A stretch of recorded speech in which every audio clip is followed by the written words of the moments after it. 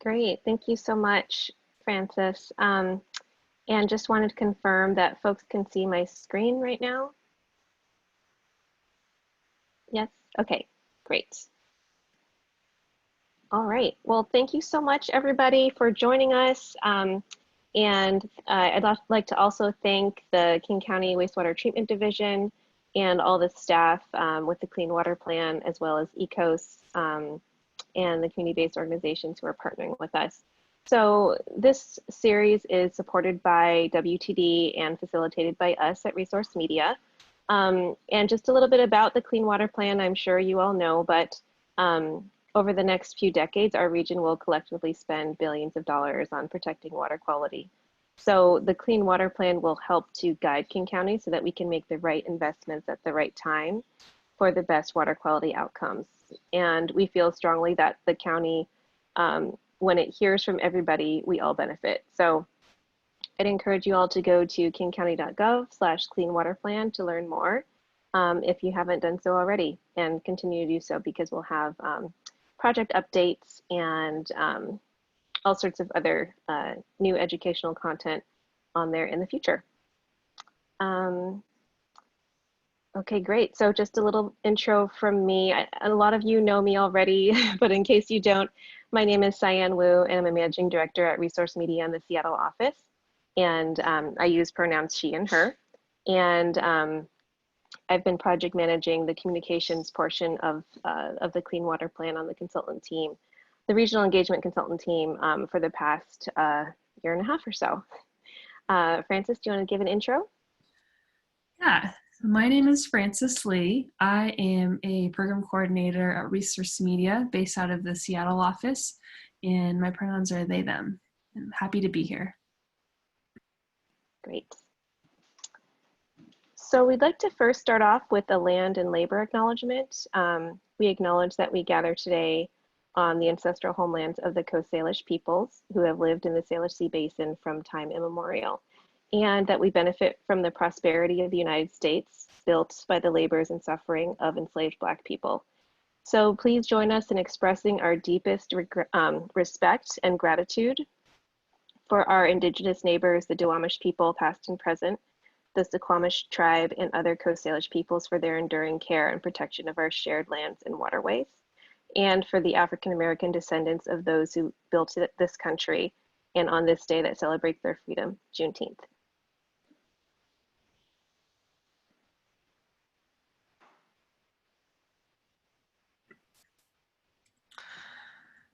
Okay, so before we get started with the content, for those of you who may not be familiar with Zoom, I'm just going to briefly walk you through the controls. Because there are going to be engagement activities built into this training where you will have to know how to use Zoom. So I'm going to go ahead and briefly go over what you should be seeing on your screen as a participant. And it should look something like this screenshot on this presentation.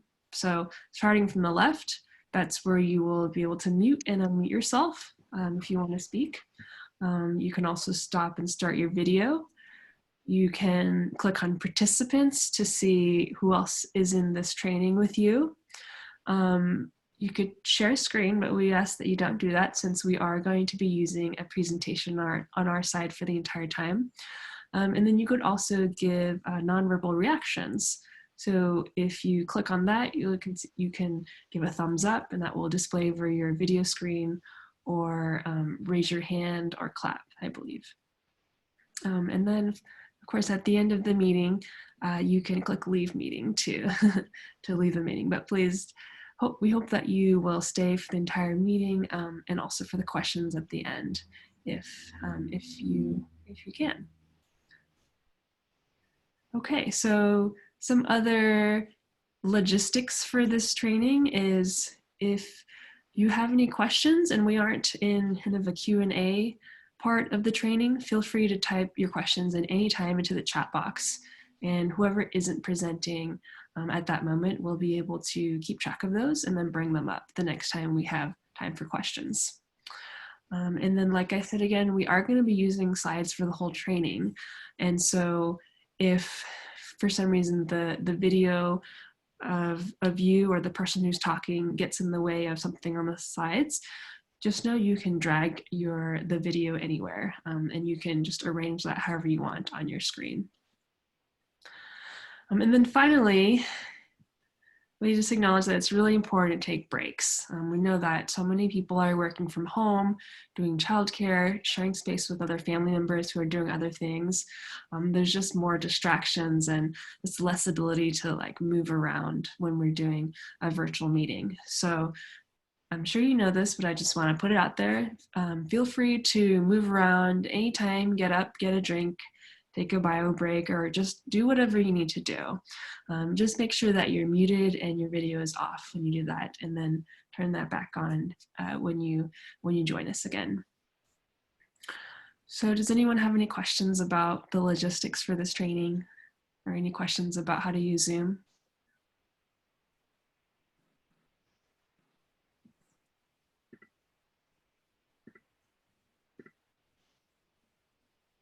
Okay, great. Great, thanks, Francis. So I'll just go through the agenda of what we're going to be talking about today.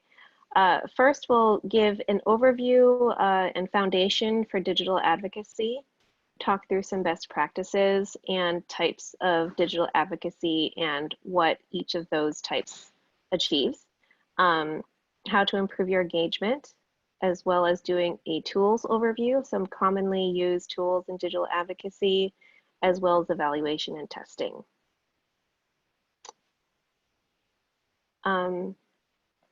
So first, we'll talk a little bit about what exactly is digital advocacy. So, you may have heard this term in the past, and it's definitely something that is more used now with Zoom technologies and the need for virtual meetings. Folks are not meeting together as much, and this was definitely one of the reasons why we wanted to do this with the CBOs, because this was a definite need. So basically, digital advocacy is speaking or acting on behalf of or in support of another person, place, or thing. Pretty common. And then digital advocacy is when we use digital tools to do this. So what is the power and potential of digital advocacy? It can be used in a number of different ways, but here are some.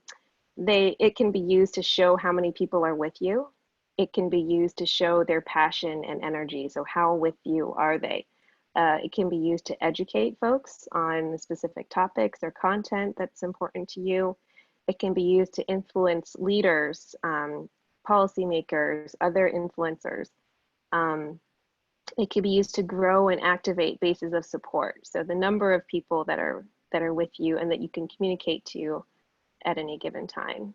It can be used to fundraise, key funds, gaining access to more funds to be able to grow your programs. And it can be used just to connect to people. So all of the little connections that we make on a day-to-day basis in a very social way that is happening digitally across the world in a number of different ways.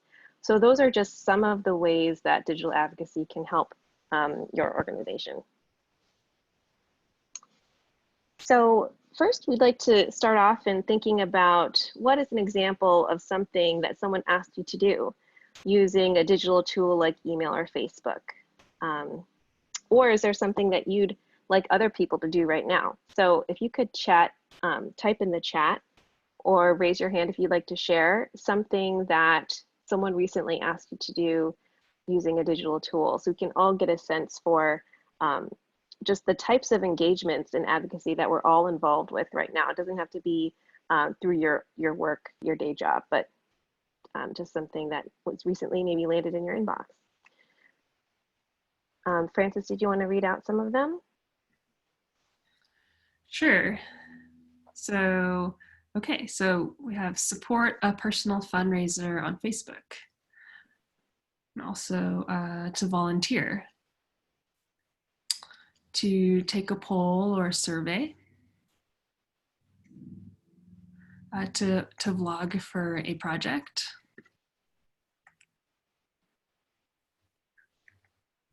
and I have one I was recently asked to sign a petition.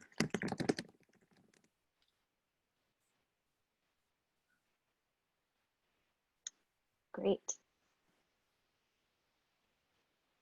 Yeah, so you all know that that you're all sort of part of this universe of advocacy and the many, many things that people are asked to do. So it's great that we have lots of examples to pull from, but also know that then you know, splits the attention of our audience, right? They're already being asked to do so many different things. So how do you cut through the noise and get them interested in your specific issue? And it's getting increasingly to be a challenge because there are so many good causes out there and everybody wants to do something or engage with something. So, so we need to be really strategic when thinking about how we're using these different advocacy tools and how to engage folks. Great. Thanks so much for participating. Okay, so you can see this next slide, right? Okay, so so when we're thinking about strategy, it's good to first think about your audience as well as your brand. So thinking about who are you as an organization and what are you known for and who is your audience. So think about what you can do for your audience, what needs to happen to help them if this is out of your control, and who are the decision makers and influences behind this solution, and what are the ways that you can reach those influencers effectively. So that's really the heart of the advocacy portion of your organization, not just digital. But when you have that advocacy platform already lined up, then using the digital tools will fall in place pretty naturally. So we're going to talk a little bit about creating strong roots for digital advocacy, making sure that you have the right elements in place, sort of the foundation, or you know, the basement of your house, essentially, to make sure that the rest of your activities can really thrive. And those key foundational elements are a findable and mobile-friendly website, a way to take in information. So that could be, you know, just a sign up for emails section on your website. It could be the clipboards that you used to have at events where you're gathering contact info from people, just some way to interact with and gain contact information from your followers and members. A way to organize emails. So that could just be an Excel document or Google Sheets or something like that, but basically a way to make sure that all of your information is consistent and that you have the right level of specificity of information for your audiences. And then the last one is a social media presence. This could be on whatever platform you found to be most effective for your audience, whether that's Facebook, Instagram, Twitter, LinkedIn, or other social platforms. So we're going to go a little bit into some of the types of digital advocacy. And the first is a petition. So this is an example of a petition that was recently posted on the Black Lives Matter page on demand racial data on coronavirus. So petitions are used when they are typically done outside of a typical and formal public input or engagement process, and they're not legally bound. So a company or a government isn't required to respond to a petition, but they are great in showing the numbers of people who are behind you and the level of passion that they have. So they're typically great when they can be injected into a process that are not time bound and have a difference. So for example, this petition, the CDC would be able to, you know, put more investment into aggregating and releasing of data around coronavirus at any time. Or a CEO might be able to get fired because of what they've done at any time. So that's one of the ways that you can think about using petitions in your advocacy strategy. Another type of digital advocacy is letters or emails. And so these can be sent on behalf of your participants and members to elected officials or other agency staff in order to have input into a public process. So those might look like a form letter where you have a letter writing campaign and emails are sent to a particular port commission or city council member, et cetera, that represent a specific policy platform that your organization is supporting. And it makes it really easy for your members to be able to say, I'm with XYZ organization, so I'm with their platform. What they've come up with is good and I recommend it. Another common type of digital advocacy is public comment. So we're seeing this, you know, right now with WTB and other public agencies who are actively seeking public comment from their constituents. And this typically happens within a formal public comment period. Sometimes that can happen pretty quickly, but you often have to go through a specific website or send comment to a specific government email in order for them to register that. But for public processes where you have marginalized communities who are not often listened to, when they do receive comments that speak to those specific experiences, then they are taken very seriously. So another typical type of digital advocacy is fundraising. So you'll see lots of folks who are actively fundraising right now, and they can do that through things like Facebook fundraisers or something embedded on their website. But typically they would provide some sort of transparency for how they're raising the funds or how they're using the funds and why they need them, and they'll set a specific goal often. So I wanted to talk a little bit about what is off limits, since I believe that most of you all are 501c3s. So this would be what's not covered by anything received by Clean Water Plan funds, which are lobbying, which is getting paid to influence a specific piece of legislation, endorsements, so saying, I like this person running for office, so you should vote for them, and electioneering, which is raising funds for specific ballot initiatives or candidates. So those are all more off limits, but the previous types of digital advocacy do not have to include these elements. So when we think about the ways to spread word once you have that advocacy action, these are all great types of digital advocacy tools that are often used. So text, email, social, and through your website. So we're going to go into a little bit on best practices. So letter of engagement is a term that's often used in nonprofit advocacy communications. And also we need to think about this in the age of overwhelm too, right? So the theory behind letter of engagement is that someone doesn't come in immediately at the most high barrier action or the toughest action, which is at the top. You have to sort of walk them into this ladder in order for them to really gain input and trust into your brand and importance in the issue in order for them to eventually take that action.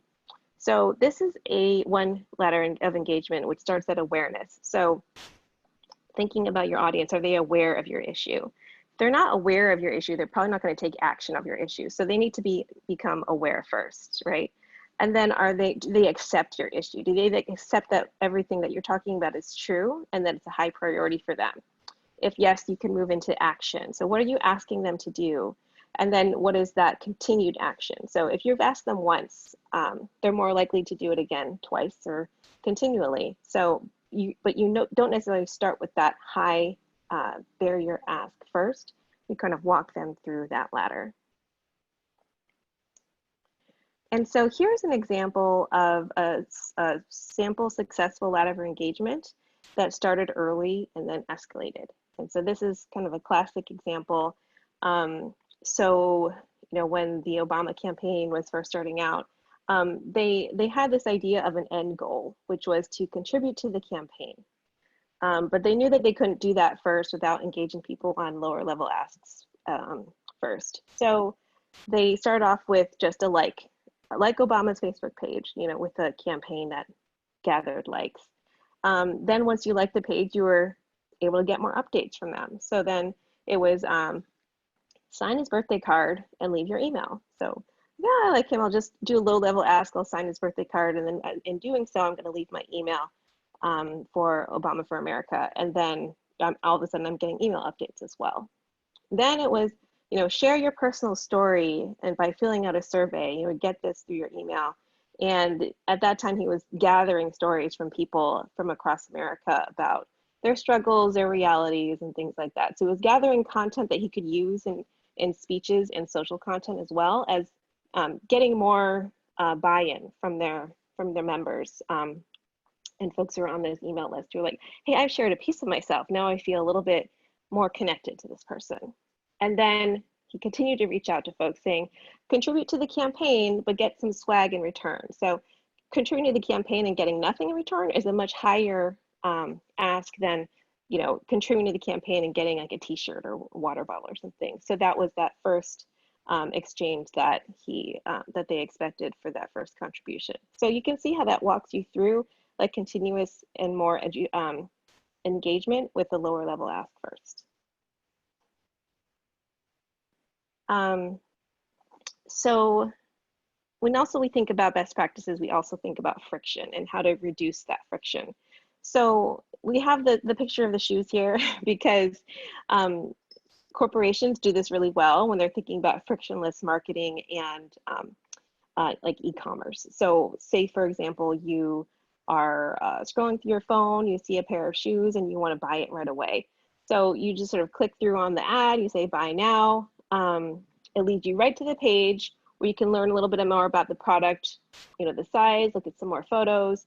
You select your size, put in your info, which is all auto-filled with your credit card already in your phone, and the whole transaction takes maybe like 2 minutes. So that's an example of a frictionless process. For a process that has more friction, it would be, so you're going through your phone, you see the picture of the shoes. Oh, it says link in bios. I'm going to go to the link, and then it takes you to the shopping page, and maybe you have to look through all of these different shoes in order to find the picture that you found. And then you have to, log into an account. I'm like, oh, I don't know if I have a password to this account. So maybe I have to go back to my email.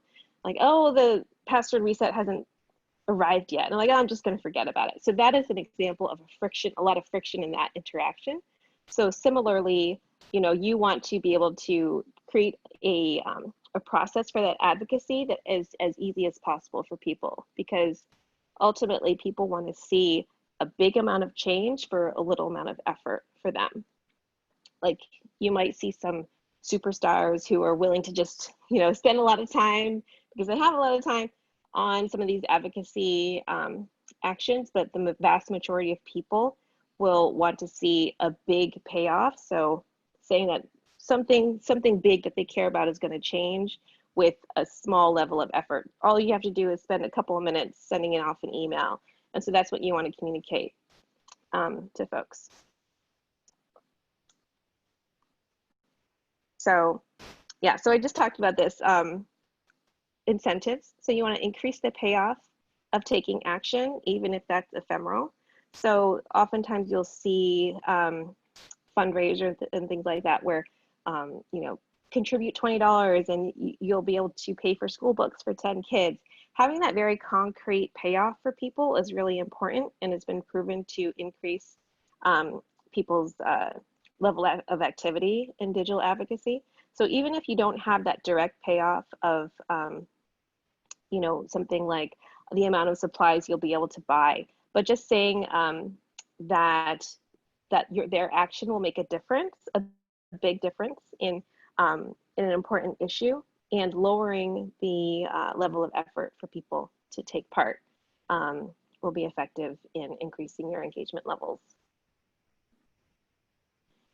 So another best practice is norming. So digital advocacy has a real potential for viralness or things catching fire. So you want to be able to make your actions shareable.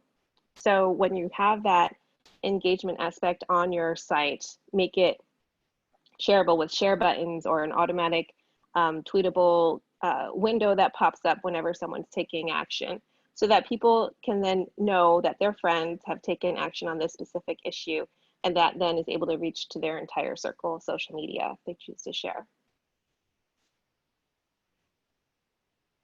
So Francis is going to talk more about getting hands-on with digital advocacy and into the practice of how to implement some of these campaigns.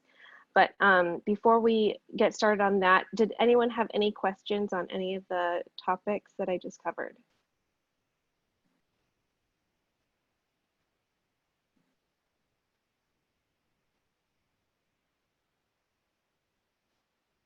No? Okay.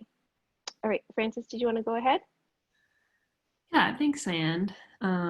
And like I said before, if any questions pop up about any of the content that was previously discussed, feel free to put that into the chat.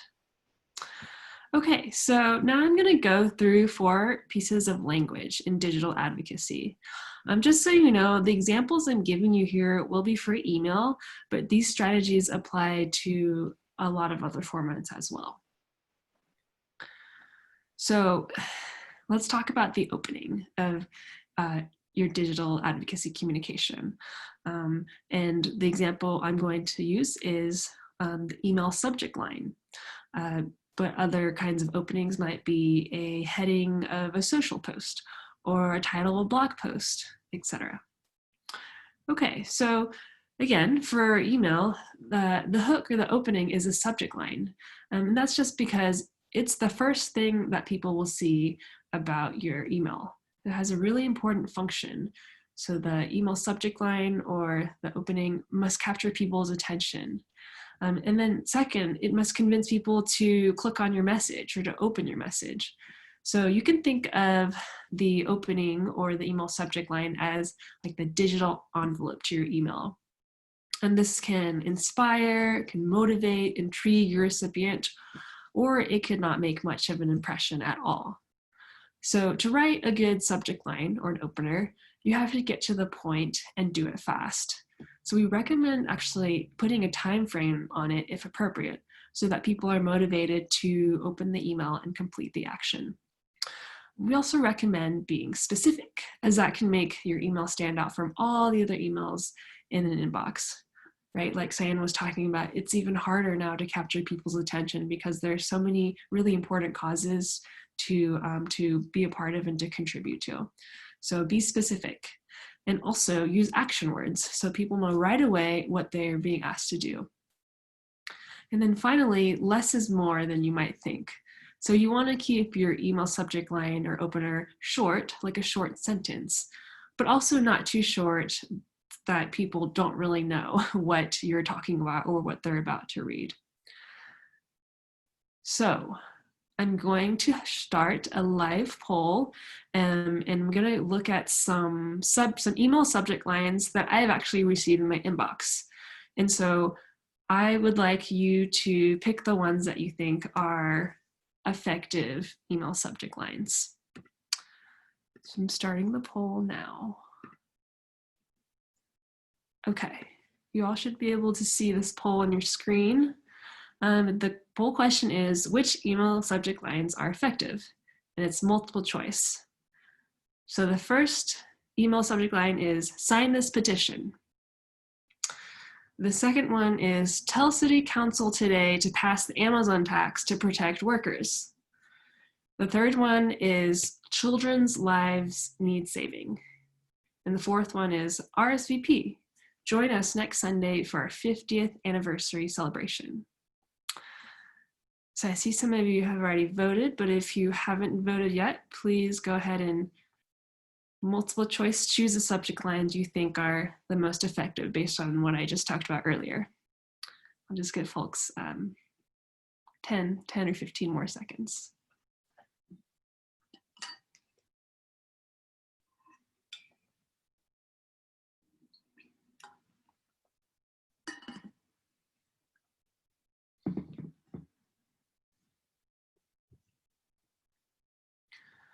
All right, just a couple more seconds before I end this poll.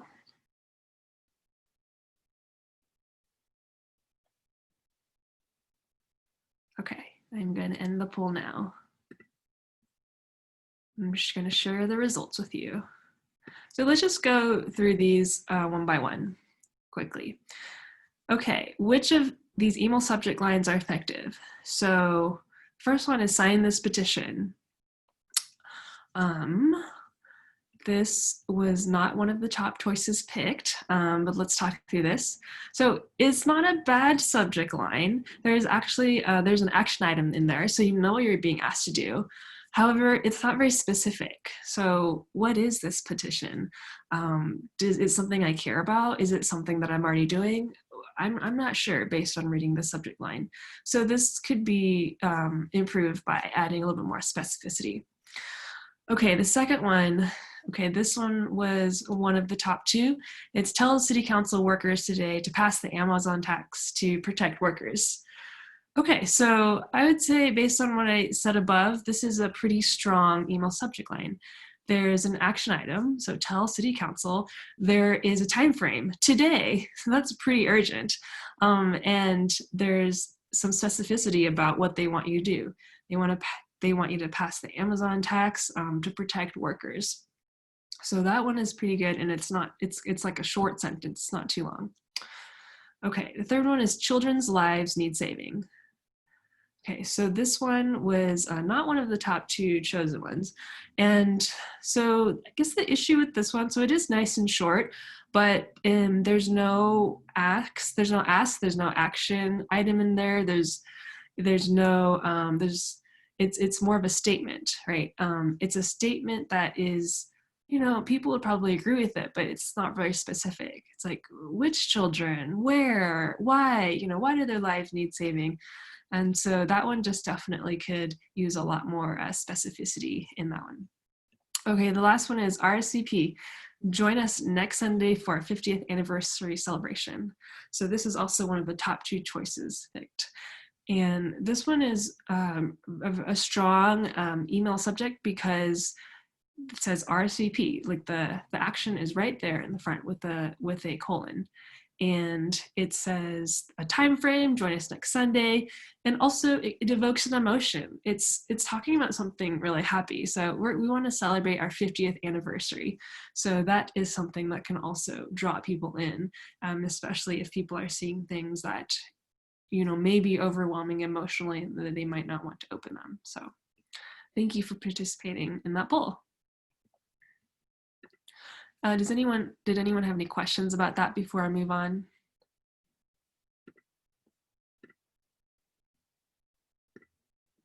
Okay. So next, let's talk about Christatunity. Okay, so Christatunity is a merging of the words crisis, which is a possible bad thing that is happening, and opportunity, so a possible good thing that could happen. So crisis, opportunity is a Christatunity. So you want to identify the Christatunity to your audience as it's the key component of motivating them to act or responding in the way that you want them to. So some examples of a Christatunity could include an upcoming legislative vote, is someone coming into a new leadership position, an anniversary of an event or an important partnership, perhaps a massive news story. And then of course, another example of a Christatunity that we're living in now is a pandemic, right? Or a global uprising for Black lives. So Christatunities, they need urgency, they need tension, and they need to provide your audience new and relevant information. So here's an example of something that is not a Christatunity. So we're working night and day to protect the earth. So while that may be true, where's the urgency in that, right? Tell people. Also, single issues work way better than multiple issues in an email or you know, a blog post or social post. You don't want to overwhelm your readers with a bunch of different crises and cause them to lose interest and move on. So I'm going to share with you 2 emails that I've received recently, and we're going to find the Christatunity in there. Oh, next slide, please. Okay, this is an email that I got from Moveon recently. So I'm going to read it out to you, and then I'm going to ask a few questions to you. Last week, America reached the grim milestone of 100,000 lives stolen by the coronavirus. George Floyd's breath was stolen by another virus, racist police violence. Lamentably, Mr. Floyd's state-sponsored murder was not an isolated incident. It was but the latest chapter in a centuries-long history of white supremacist violence that has taken the lives of far too many Black people. This moment demands that each of us, especially those of us who are not Black, act with great urgency in defense of Black lives, to support the work of ending police brutality and white supremacy, and to bring forth a world order in which Black people are truly free and liberated. Okay, so I'd like you to, we're gonna keep this on the screen, but I'd like you to type in the chat, what is the crisis here?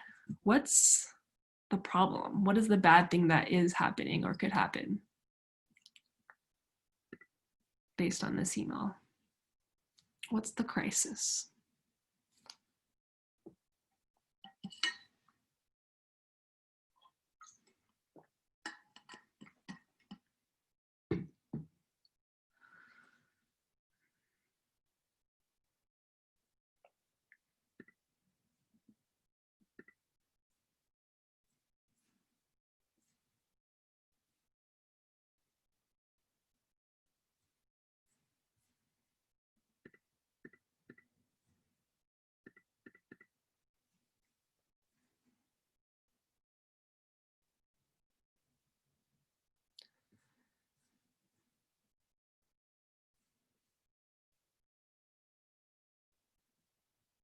Okay, so we have a comment. The crisis is that is police brutality and the racism towards the Black community. Yes, absolutely. Yes, that is what this email sets up as the crisis, right? So thank you for that. So if that's the crisis, what is the opportunity in this email? Like, what can we, how can we stop the crisis or mitigate the crisis or do something to change what's happening right now? What's the opportunity here?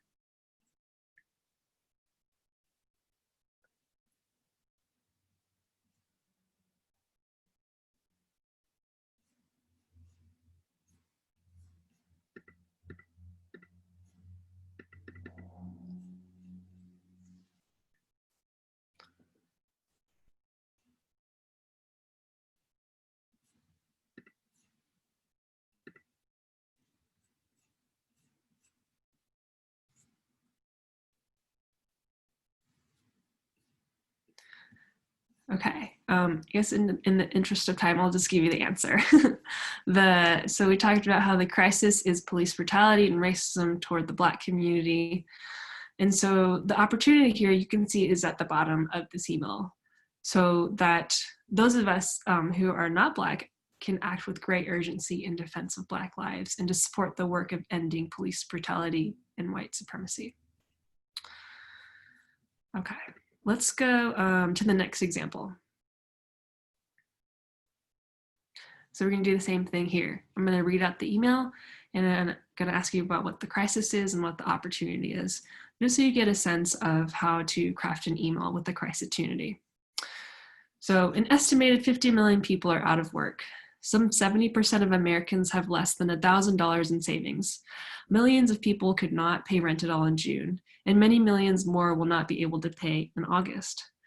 While in many states evictions have been formally banned, many landlords are exploiting this crisis by strong-arming tenants into unrealistic payment plans and filing for evictions that will go through when courts reopen. This is why we need to get organized before August 1st in every building and link this up to coordinated nationwide mass movement. So what is the crisis here? What's the problem? What's the issue?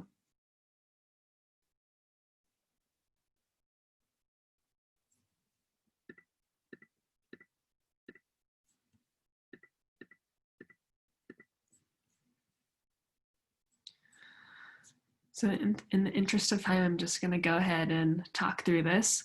So the crisis is that 50 million people are out of work and people can't pay their rent. That's really, really bad.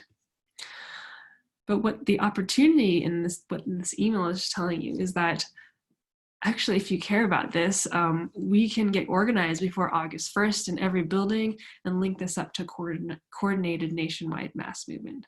So you're offering people an opportunity and some hope to stop this crisis.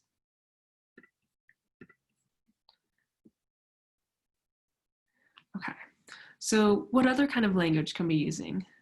So there's cause and effect. So now that we have identified a crisis and an opportunity to address it, let's talk about cause and effect.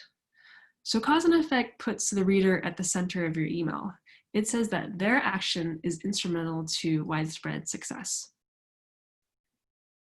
And so when you're writing your email or your social media post, you want to provide an example of cause and effect.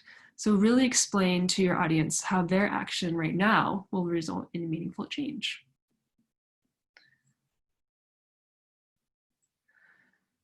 Okay, now we get to the call to action.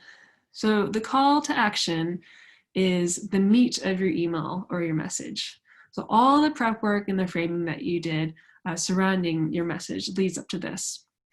So a call to action is simply what you are asking your readers or your audience to do after you have given them the context of the situation that requires their action, and then show them exactly how their actions can change what's happening. So let's go back to the above two email examples, and we're going to add in the calls to actions to complete the emails.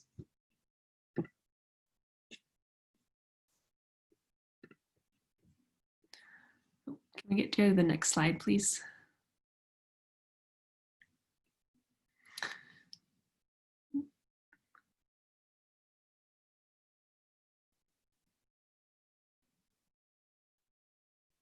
Great.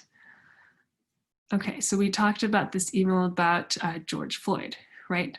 And we said that the crisis is the centuries-long history of white supremacist violence against Black lives, and the opportunity is that we can act with great urgency in defense of Black lives.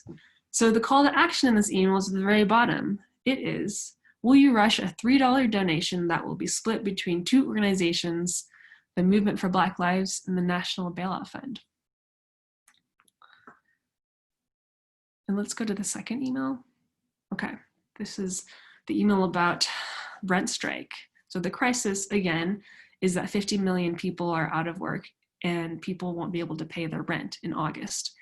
The opportunity is to get organized before August in every building, right?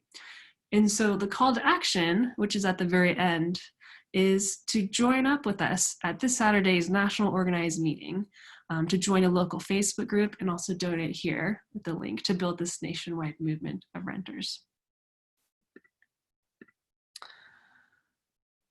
Okay, now I'm going to take questions, and I see that there's one question in the chat box. So in the first email, does the first line on coronavirus distract from the main message? And that is in the Moveon email. So that is a really great question. So I want to say that this email came in about 2 weeks ago, and I think it was probably just a few days after George Floyd's murder. And I think that the news was still starting to get around to mainstream news outlets.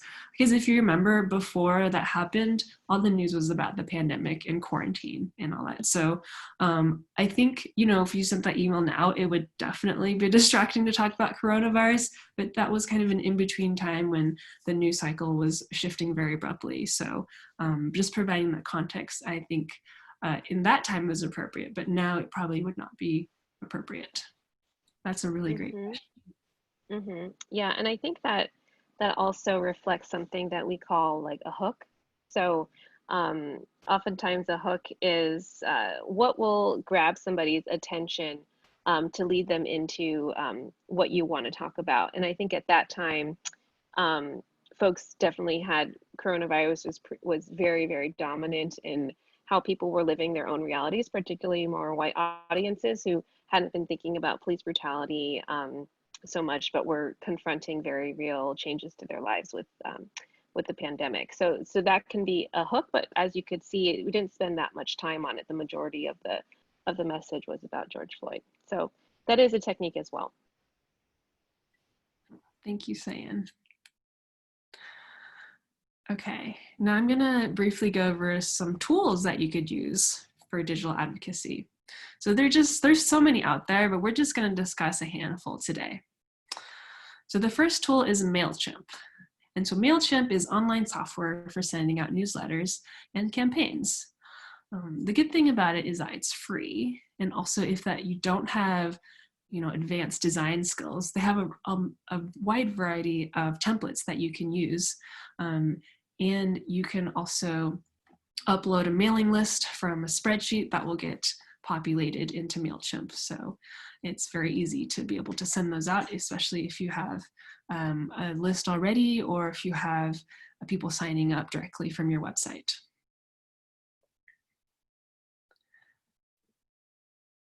Okay, so the next tool is Facebook. So Facebook is a social media network, and here we're talking about Facebook groups. So where you can ask people, your followers and people in your network to take actions. If you haven't set up a Facebook group before, we can provide you instructions in the resource list after this training. So one thing that Cyan talked about earlier was Facebook fundraiser. And a lot of people are doing that right now to raise money for their causes, especially because so many people use Facebook to share information. So this is a screenshot of a Facebook fundraiser that was very successful and was created very quickly right after the pandemic started. And this is called Support Families and Community Members Impacted by COVID-19 in King County. And so I think the story of this was that it was particularly important for folks in South King County and on the east side to have access to mutual aid support and not just people living like in the middle of the county. Okay, the next tool is called Salsa Lab or Salsa Engage. So Salsa Lab is a tool that nonprofits use in order to get a lot of people to send emails out to their public leaders. You can search their database of publicly available email addresses for these public leaders. Then you can build a form letter and then set up a web page that can be shared across your networks. What's cool about it is that you can track how many people have taken action and even save contacts who have taken action and add them to your own lists. In terms of the cost, it does cost a couple of $1,000s a year, and that just depends on the features that your organization needs. Cyan, do you want to share a story of using Salsa Engage? Sure. Yeah, so I had a client who was looking to engage their local community to send emails to Pierce County Council members who were about to make a decision on whether or not to allocate land for agriculture or for development. And they were for the agriculture because, one is it keeps farm jobs locally in Pierce County. It also has less of a stormwater impact in terms of the amount of rough surfaces that would come in through mini malls or other developments in the county. And so I worked with them to create a Salsa Engage campaign where they had 3 coalition members. They had their email form letter all set up, and we used Facebook to push out that link to a number of different folks who care about local ag and sustainable ag and clean water and land use and growth development.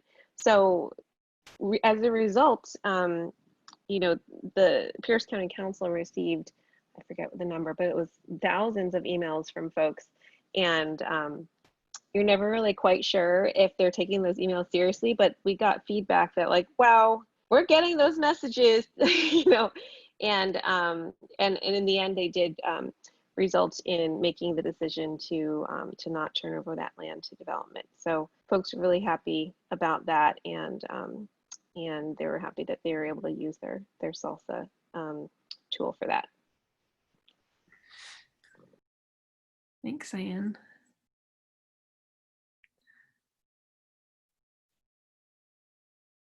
Okay, we can move on to the next slide now. Thank you. Okay, so the Action Network. So the Action Network is a third-party fundraising site. And what's great about the Action Network is that it's an advocacy tool that is built specifically for organizers. So there are online features for organizing, coalition building, campaigning, and more. So the pricing model is variable on how many emails you send, and the current rate is $1 to $2 per 1,000 emails sent. Cyan, do you want to talk about this page on the Action Network that we created? Sure. So this was a fundraiser page that we created for Northwest Immigrant Rights Project during the family separation crisis. And so what we were looking to do was raise funds for a bail bond fund that would enable us to be able to take folks who were awaiting bail and bail them out, and then also provide them with free legal counsel. And the funds would also cover the costs of just reunifying families. So bus tickets, plane tickets, shelter, etc. So, so yeah, we worked on creating this page for them, and then we used this link to push out through Facebook, Instagram, and Twitter, and resulted in a combined total of I think it was over $500,000 for folks, which resulted in reunifying at least 50 families who were in detention in Tacoma. So yeah, really effective, especially when there is a cause that people can donate to individually. And yeah, we're really, really proud of this work. Thanks, Cyan. Okay, so change.org and Avaaz. So change.org and Avaaz are petition sites where you can create petitions and distribute them to your networks and then ask people to sign them. So anyone can start a petition for free. And what's good about change.org specifically is that it's another way for people to find out about your organization. Just note that if you do decide to use change.org, they don't allow you to download the emails of people who have taken action on your petition. So Cyan, do you want to share an example about a petition? Sorry, sorry, I advanced it by accident. Yeah, so we don't really know, you know, if petitions resulted in this Justice for George Floyd petition that was up there, but we do know that it coincided with other actions to get the officers involved in the murder fired and tried with charges placed against them. But we do know that the petition resulted in hundreds of thousands of signatures across the country, not just in Minneapolis, and that that those officers have been arrested with charges filed. We don't know yet how that's going to turn out, but we will have to wait and see.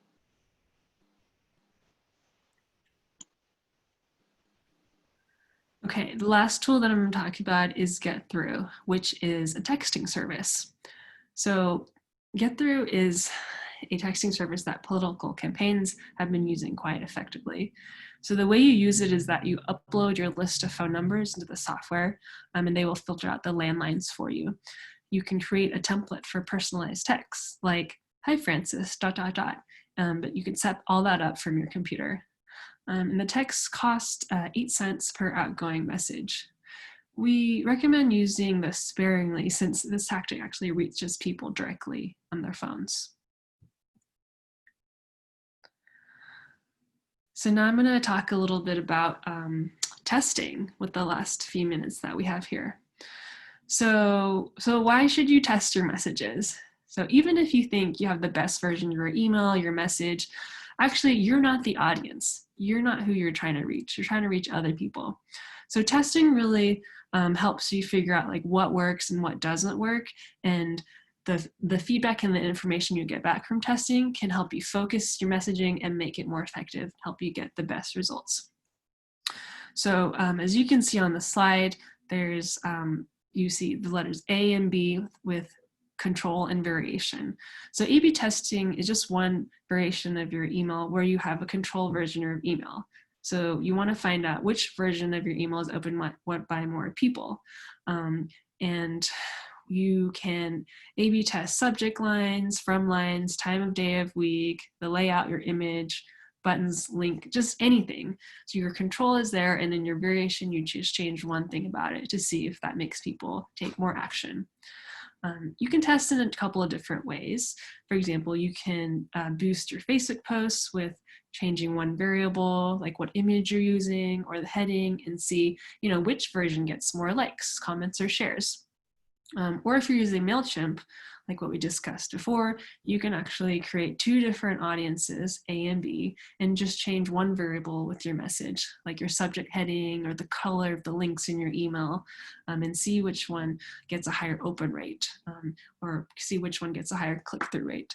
So it's really an experiment, and by doing so, you can uncover insights about your audience and kind of reduce the assumptions that you're making. Okay, there's the last slide.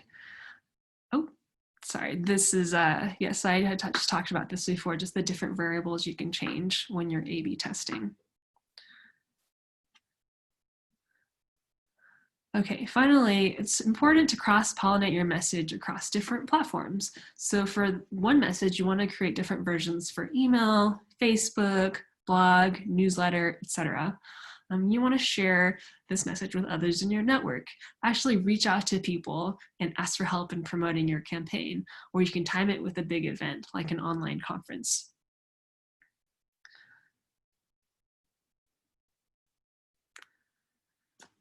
Okay, that's the end of our training. Thank you so much for attending. We hope this was helpful. And now we are actually going to open up for questions about anything that we discussed, just questions about digital advocacy in your organization that you'd like to discuss.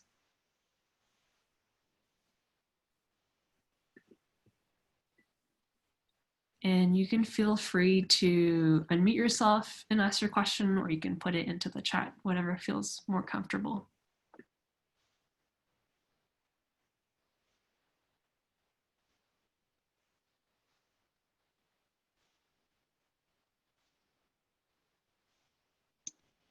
And I will also note that if you can't come up with a question right now, that Francis and I are both available for one-on-one coaching or any specific questions that you may have. And so our emails are right there. And so you can just feel free to reach out. We also will have Spanish language one-on-one coaching. I think Refugio is on here. Oh yeah. So he would be the one to take your question in Spanish.